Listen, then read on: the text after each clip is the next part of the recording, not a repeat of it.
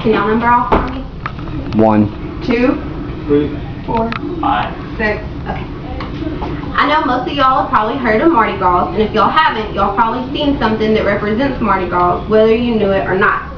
Mardi Gras was established as a multicultural celebration by the Romans in the 1700s, and eventually was picked up by other cultures. I'm going to tell you some interesting facts and history of Mardi Gras, along with the traditions and some information about the masks that are worn. The Mardi Gras that we celebrate today was created by a Frenchman of the name Jean-Baptiste. He bought a plot of land in 1699 on the mouth of the Mississippi. He called it Point du Mardi Gras. He also established Fort Louis de Louisiane. In 1702, Fort Louis celebrated the first Mardi Gras to celebrate their new land and home. Baptiste kept establishing new cities in Louisiana, and through this became different ideas for Mardi Gras from the people. In the 1730s, Mardi Gras was celebrated openly in New Orleans. These celebrations weren't as elaborate as current ones, but it still represented the craziness of the celebration. No parades were included in Mardi Gras until some businessmen came up with Rex, which is one of the biggest parades held on Bourbon Street. In 1872, they announced the colors of Mardi Gras, which are purple, green, and gold. Purple represents justice, green represents faith, and gold symbolizes power. They also announced the song and the flag for Mardi Gras. In 1873, Governor Warmoth signed the Mardi Gras Act to actually make Mardi Gras a national holiday in Louisiana. All of this information was found on historyofmardigras.com. Traditions of Mardi Gras are very interesting, from the beads to the parades and the masks. These are some of the beads. This is one of the floats from the parade, and these are the masks that are worn during Mardi Gras. There are other parties and festivities that are held during Mardi Gras, not just parades. The tradition of throwing beads dates back to the late 1800s. This was to help represent the colors and get the crowd involved in the parades. With the beads came the tradition of women baring their breasts to receive the beads, which is a very known activity in the French quarters, which means it's not actually held on the main parade on Bourbon Street. Parades and crews are also a big deal.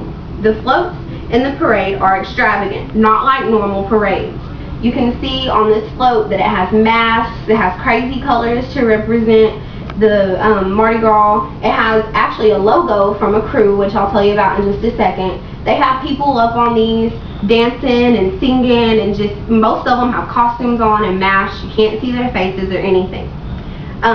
This was to help inspire the craziness and help happiness through the floats. Crews are people that choose to represent Mardi Gras and put together the parades. They normally have their logos all over the float, which right here you can see a big snake, and it comes all the way up, and that's probably a representation of one of the crews. They throw out little emblems, Mardi Gras beads with emblems on them that show their logos. These people are mostly like frats and sororities because they're putting themselves out there to show that they do represent Mardi Gras. A lot of floats in the 1800s were pulled by people and by horses. I know you can't see this picture very well, but all right here is people actually pulling a float down the street of Louisiana. They were hooked onto the float and they pulled it down the street. If people weren't riding on the floats, they were either on horseback or on carriages. The parades weren't as extravagant as I said before. They did dance, they did have clowns and stuff, but it wasn't as crazy as it is nowadays. If they weren't on horses or carriages, they also were on foot, which were like the jesters and the clowns and the people that would walk around and try to get people involved in the parade. The tradition of the mask is what I found very interesting. This stemmed from masquerade balls in different eras, all like just a long time ago. This was to cover up and be different. This was so that you could actually go out for one day and nobody know who you were, so that you could have fun and just be yourself without anybody judging you.